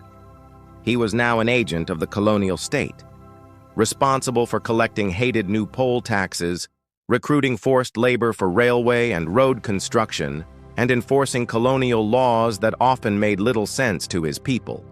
The district commissioner could install and, more importantly, destool any chief who failed to comply. This turned chiefs from custodians of their people's welfare into beleaguered intermediaries, caught between the demands of their colonial masters and the resentment of their subjects, forever altering the sacred bond between ruler and ruled. This political restructuring was driven by a single, overarching imperative: to make the colony pay. The economic landscape was re-engineered to serve the industrial appetite of the British Empire. The most dramatic change was the rise of cocoa. After Tete Kwarshi reputedly brought cocoa beans from the island of Fernando Po in the 1870s, local farmers seized upon the new crop with extraordinary entrepreneurial zeal. The Gold Coast soon became the world's leading cocoa producer. But this success story was a double-edged sword. It yoked the colony's fortunes to a single commodity, subject to the volatile price fluctuations of the global market. To facilitate the evacuation of this brown gold, as well as timber and mineral resources like gold and diamonds, the colonial government embarked on a massive infrastructure project. Railways were laid, but their routes were telling. They connected the cocoa-growing regions of the interior and the gold mines of Ashanti directly to the newly constructed harbor at Takoradi. They were not built to connect towns or foster internal trade for the benefit of Africans, but to create a high-speed conveyor belt from the sources of wealth to the waiting cargo ships. The social fabric of the Gold Coast was also rewoven with the threads of missionary Christianity and Western education. Mission societies established elite schools like Mafantsipim and Adisadel College, which became the nurseries for a new generation of African leaders. This education, however, came at a price. It offered literacy and a pathway to prestigious jobs as clerks, catechists, and junior civil servants. But the curriculum was designed to create loyal subjects of the empire. Students learned about British kings and English geography, while their own rich histories and cultures were often ignored or dismissed as primitive. This created a new cultural class, an educated elite who often felt caught between two worlds, masters of the English language but sometimes strangers to their own ancestral traditions. Western medicine was introduced, with hospitals and clinics bringing new treatments for tropical diseases, yet this healthcare was often segregated and insufficient, focused primarily on keeping the European administrators and the African labor force healthy enough to be productive. Yet even with this administrative apparatus in place, the spirit of Ashanti resistance was not entirely extinguished. The final defiant gasp came in 1900. The British governor, Sir Frederick Hodgson, in an act of supreme cultural ignorance and arrogance, traveled to Kumasi and demanded to be given the golden stool, that he might sit upon it as the true ruler. He could not have misunderstood its significance more profoundly, nor could he have delivered a greater insult. This sacrilege triggered the last of the great Anglo-Ashanti conflicts, the War of the Golden Stool, led by the heroic Queen Mother of Ejisu, Ya Asantewa. She rallied the incensed Ashanti chiefs, shaming the wavering men into action with a famous speech. For months, her forces laid siege to the British fort in Kumasi in a final desperate act of defiance, but the outcome was inevitable. A massive British relief column crushed the rebellion, and Ya Asantewa and other leaders were captured and exiled.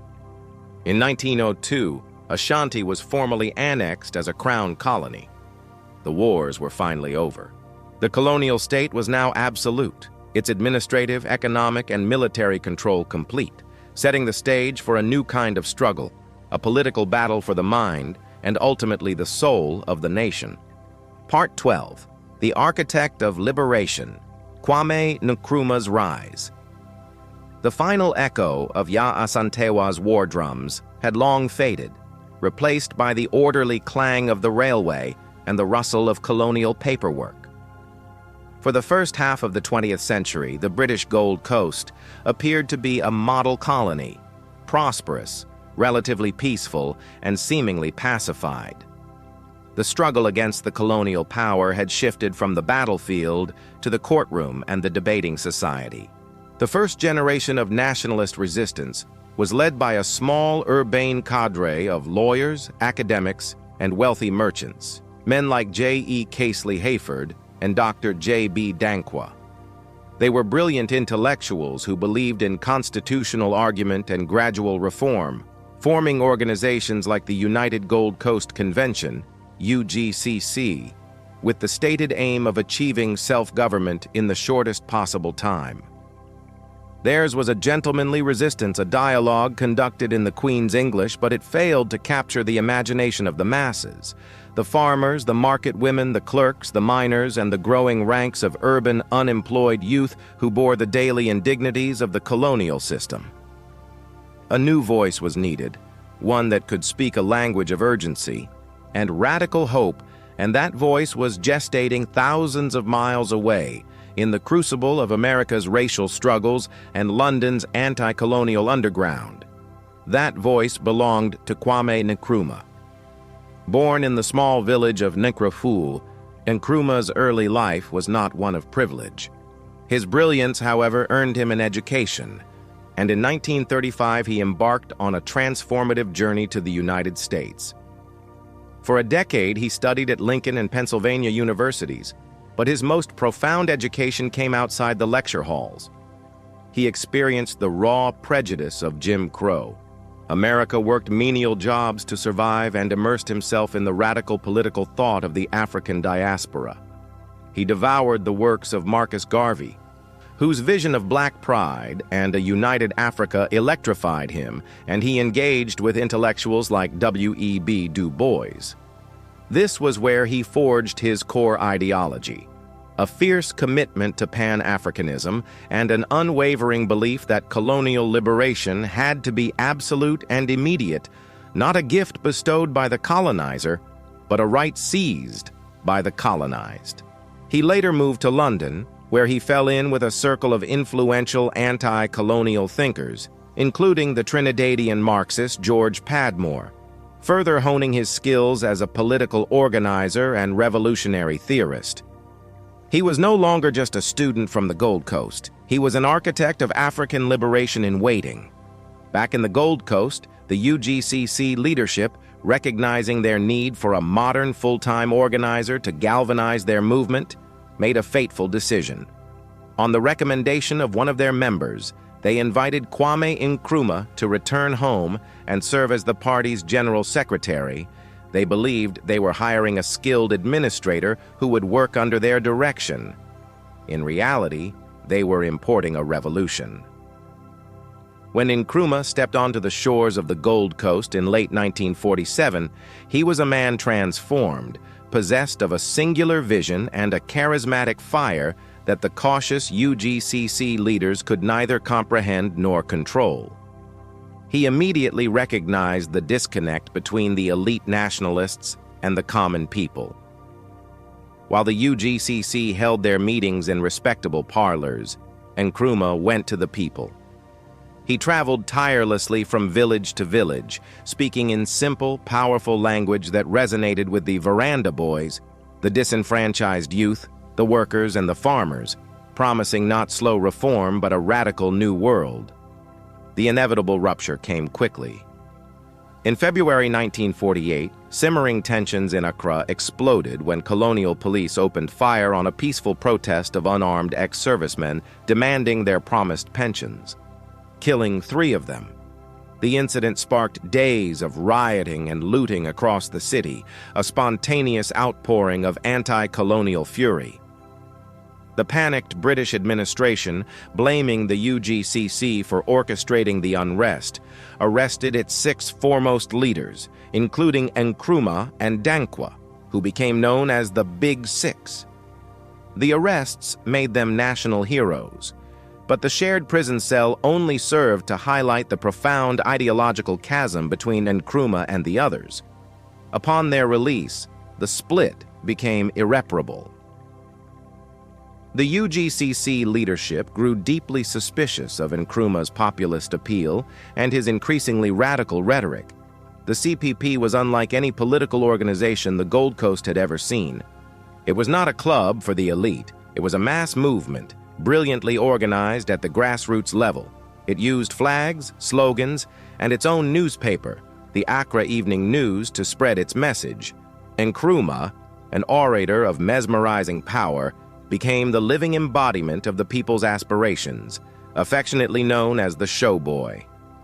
Faced with British intransigence, Nkrumah and the CPP launched their ultimate weapon in January 1950, positive action.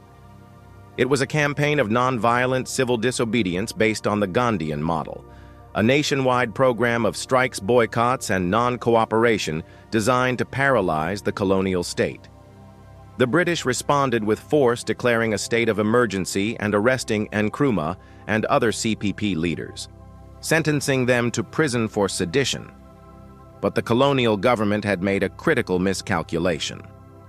By imprisoning Nkrumah, they transformed him from a political leader into a political martyr, a hero willing to sacrifice his freedom for his people.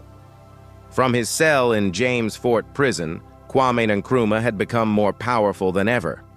The British, seeking a way forward, announced a new constitution, and a general election for 1951, the first in the colony's history with a broad African franchise. They were confident that with the CPP's leadership behind bars, the party would flounder and the more moderate forces would prevail.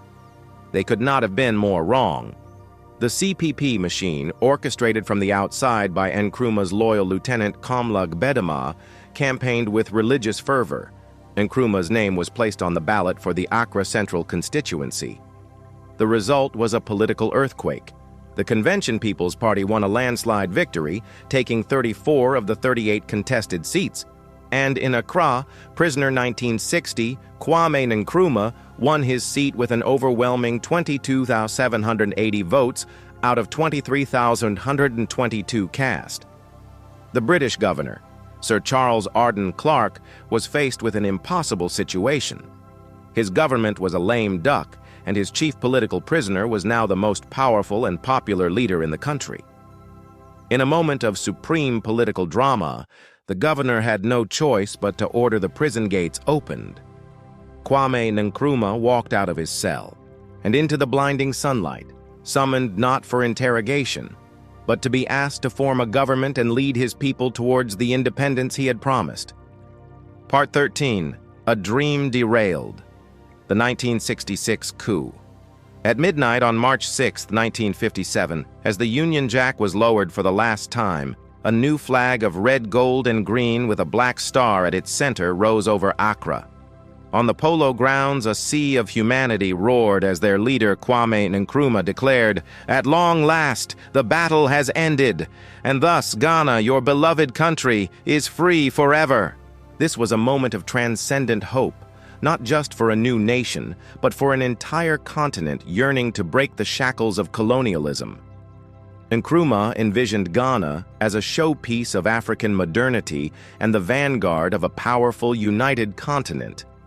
The DNA of the nation, once defined by ancient empires and colonial subjugation, was now to be re-encoded with the ideals of Pan-Africanism, socialism, and rapid industrialization.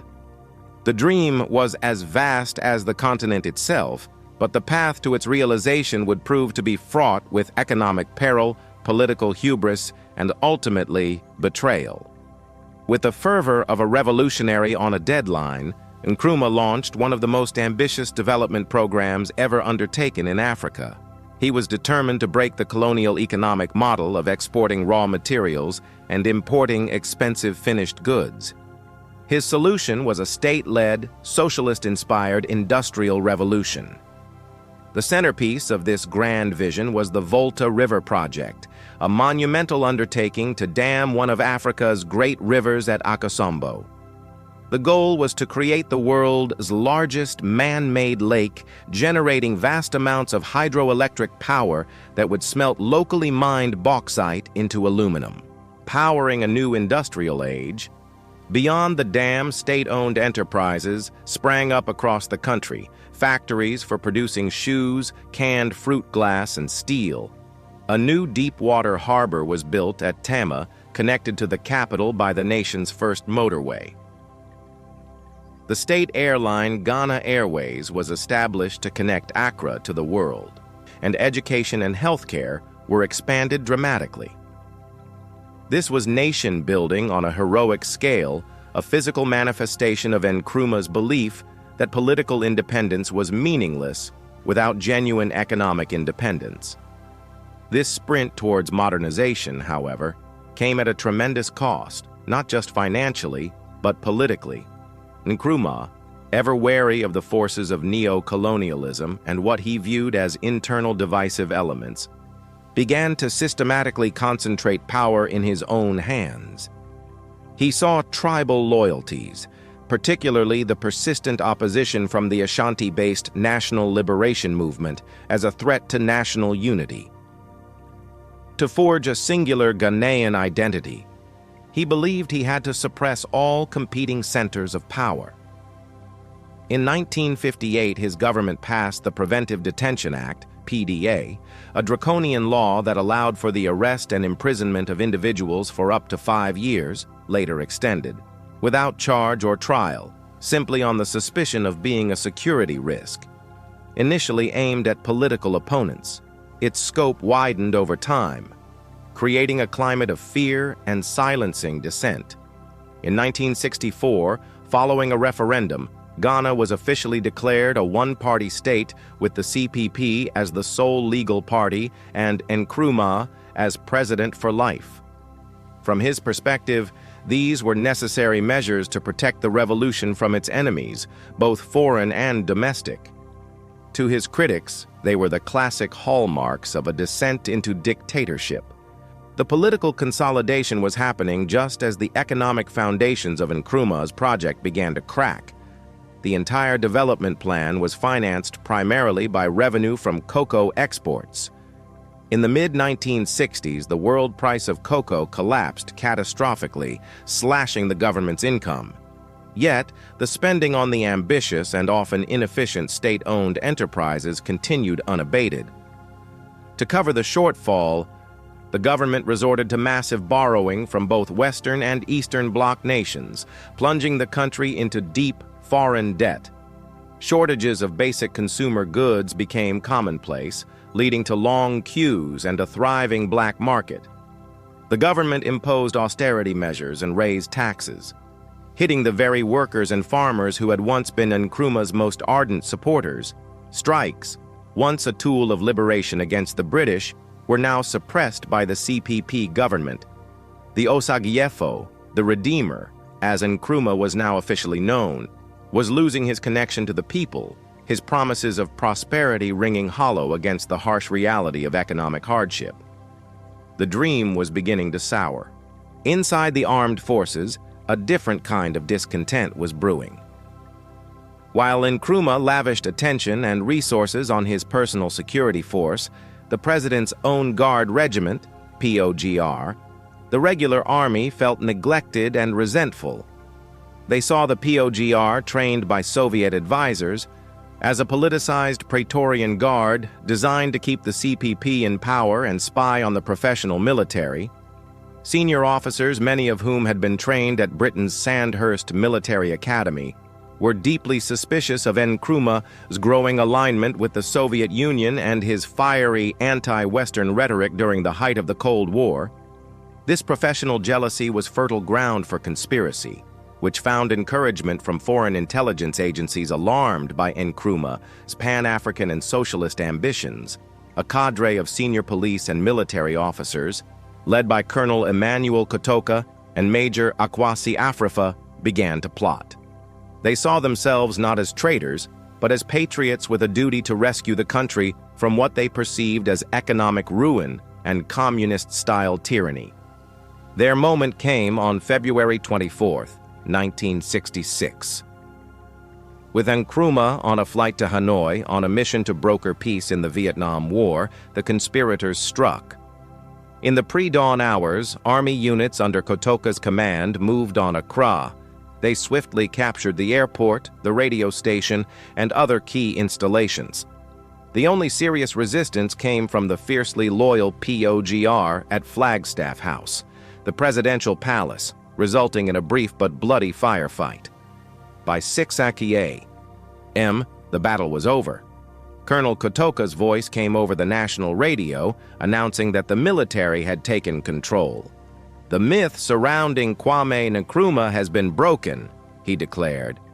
He announced the suspension of the Constitution, the dissolution of the CPP, and the formation of a new ruling body, the National Liberation Council, NLC. The initial public reaction was shock. but it quickly turned into scenes of jubilation. In Accra, the city that had once worshipped Nkrumah, crowds poured into the streets, pulling down the towering statues that had been erected in his honor and celebrating the downfall of the man they now blamed for all their hardships. The architect of Ghana's liberation, the torchbearer of Pan-Africanism, had been overthrown. His dream for Ghana derailed by a military coup that ushered in a long period of political instability and a new, uncertain chapter in the nation's search for its identity. Part 14. The Road to the Fourth Republic, A New Democratic Dawn. The jubilant crowds that toppled Nkrumah's statues in 1966 soon discovered that removing a dictator was far simpler than building a durable democracy.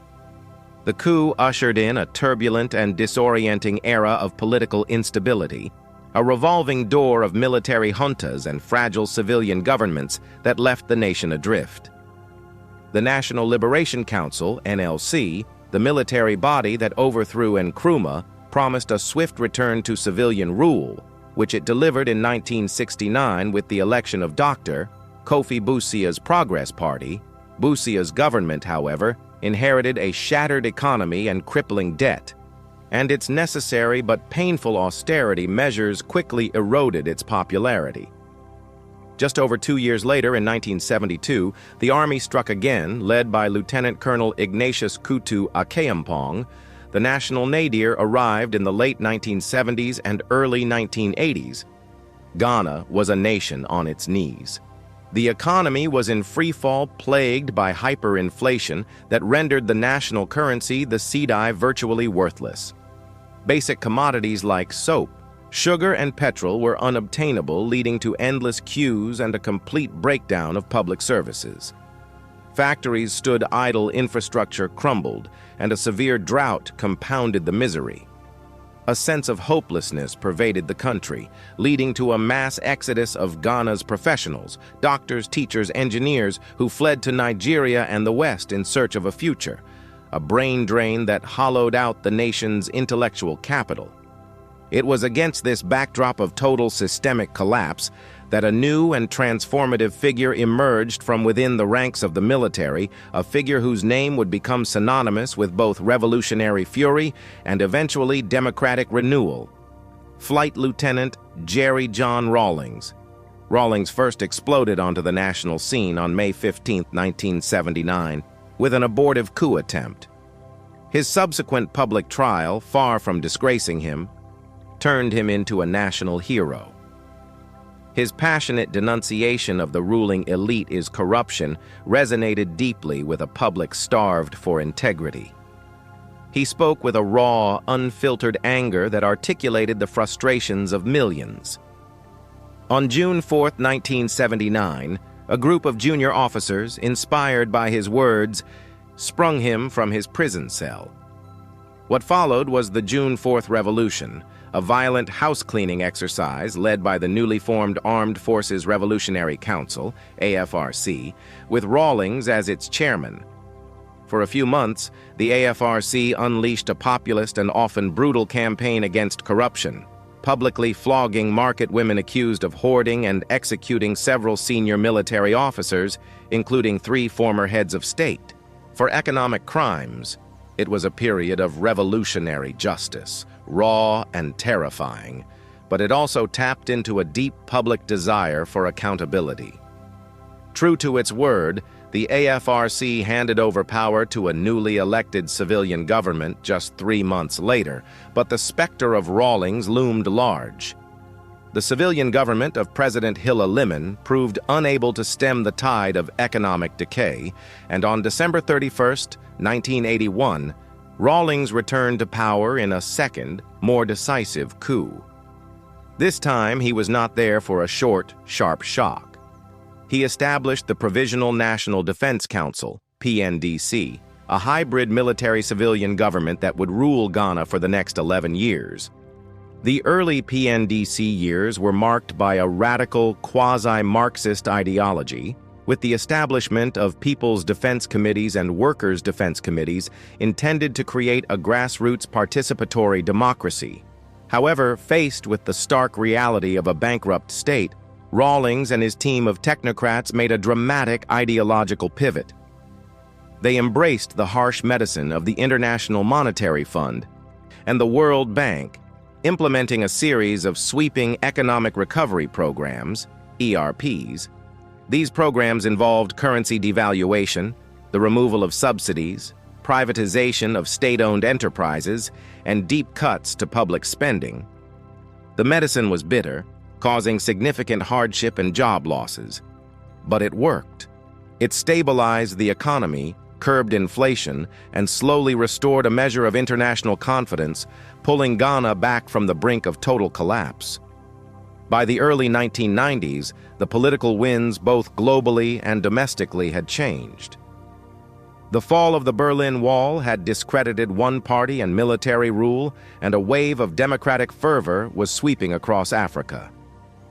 Within Ghana, a growing chorus of voices from civil society, the church and the professional classes began to demand a return to constitutional governance. Rawlings, a pragmatic survivor, recognized that the era of military rule was no longer sustainable. He began to skillfully manage a transition process. A new constitution was drafted, and after a decade of authoritarian rule, political parties were unbanned. Rawlings himself underwent a remarkable transformation. He shed his military fatigues for a civilian suit, retired from the Air Force, and to the astonishment of many announced he would stand for president as the candidate for his newly formed party, the National Democratic Congress, NDC. The presidential election of 1992 was a watershed moment. Rawlings, leveraging the vast incumbency of the PNDC state machinery and his genuine popularity in rural areas which had benefited from the extension of electricity, won a decisive victory against the historian Professor Adu Boahen. His opponents in the New Patriotic Party, NPP, cried foul, boycotting the subsequent parliamentary elections and claiming widespread fraud. Despite the controversy, international observers largely certified the results as acceptably fair. Ghana had a civilian president and a functioning, albeit lopsided, parliament. The crucial test, however, would be what happened next. Would this be another false start? The answer came in 1996 when Ghana held its next election. This time, the opposition NPP participated fully. The campaign was vigorous, the debate robust, and the voting largely peaceful. Rawlings was re-elected for his second and final term. Then in 2000, the ultimate litmus test of a mature democracy arrived, the peaceful transfer of power. With Rawlings constitutionally barred from running again, his vice president, John Atta Mills, was defeated by the NPP's candidate, John Kufuor. Jerry John Rawlings, the man who had twice seized power at the point of a gun, presided over a peaceful ceremony and handed power to his political rival. It was a moment of profound national maturity, the dawn of what became known as the Fourth Republic, an era of stable, multi-party democratic competition that finally broke the cycle of coups and instability, setting Ghana on a new and promising path. Part 15. Sankofa's Promise. Ghana in the 21st Century. The dawn of the 21st century found Ghana at a unique and hopeful juncture. The tumultuous decades of coups and counter-coups had given way to the hard-won stability of the Fourth Republic. A new generation, born without direct memory of colonial rule or the messianic zeal of the Nkrumah era, was coming of age. The nation stood at a crossroads, no longer defined solely by the traumas of its past, but by the possibilities of its future. The guiding principle for this new era would be embodied in the Akan concept of Sankofa, often depicted as a bird looking backward as it flies forward. It signified the wisdom of reaching back into the past to retrieve what is good and useful in order to build a better future. Ghana in the new millennium became a grand Sankofa project, an attempt to harness the deep, complex DNA of its ancient empires, its cultural resilience, and its liberation, struggled to forge a modern, prosperous, and democratic identity. The most remarkable achievement of this new era was the normalization of democracy. The peaceful transfer of power in 2001 from Jerry Rawlings' NDC to John Kufuor's NPP was not a fluke. It was the establishment of a new political tradition. This vital precedent was reinforced time and again. In 2009, power transitioned peacefully back to the NDC under John Atta Mills. Following Mills's untimely death in office, his vice president John Mahama took over and subsequently won the next election. Then in 2017, power shifted back to the NPP under Nana Akufo-Addo.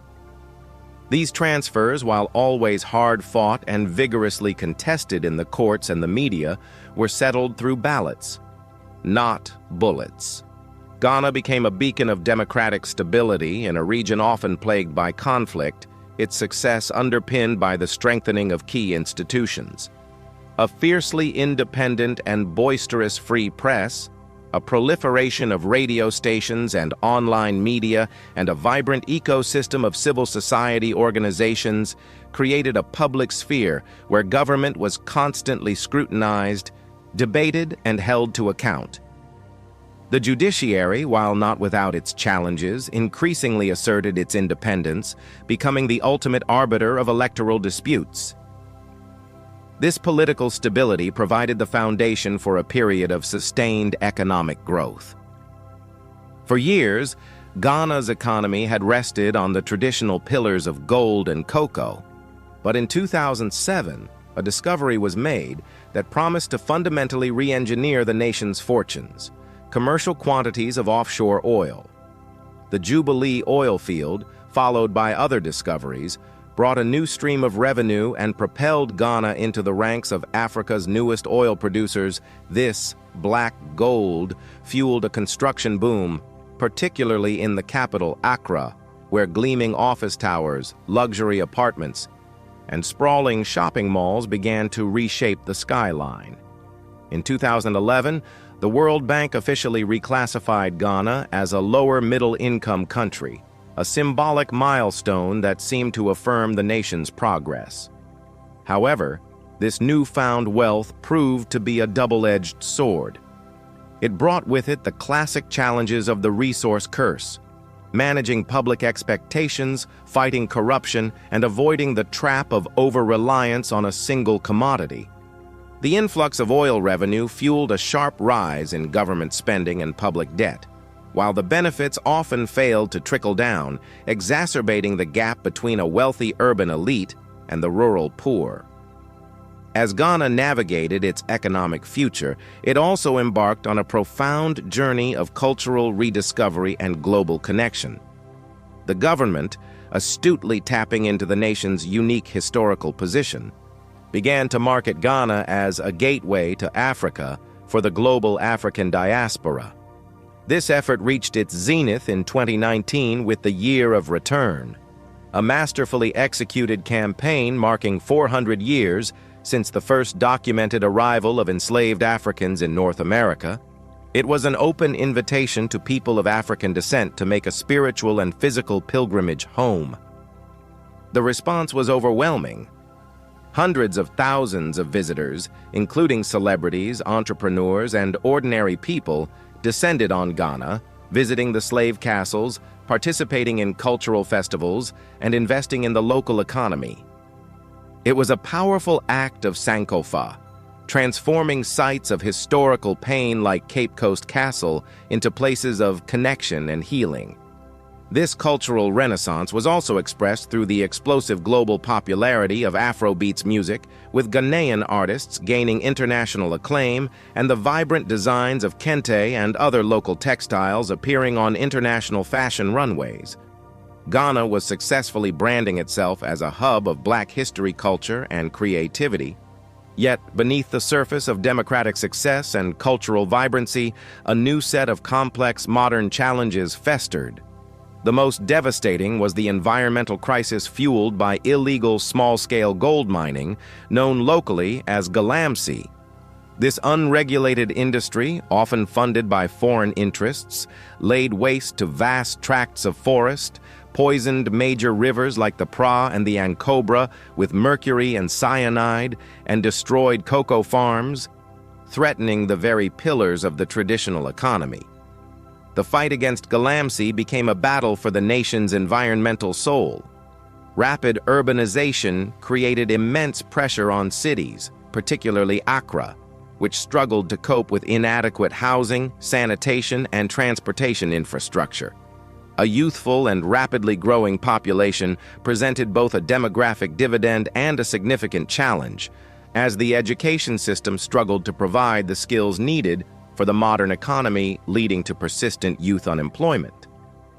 On the global stage, Ghana had to perform a delicate balancing act, nurturing its traditional partnerships with the West, while embracing the deep pockets and infrastructure projects offered by new powers like China.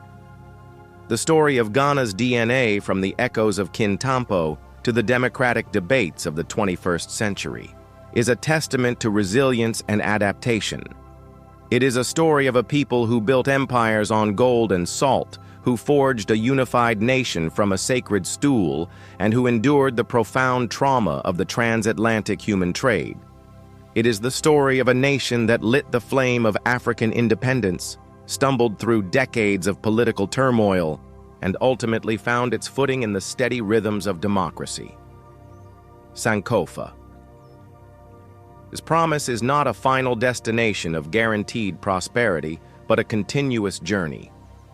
It is the ongoing challenge to look back at this rich, painful, and glorious history, to draw strength from the resilience of its ancestors, and to use that wisdom to confront the complex problems of today. The narrative of Ghana is not over.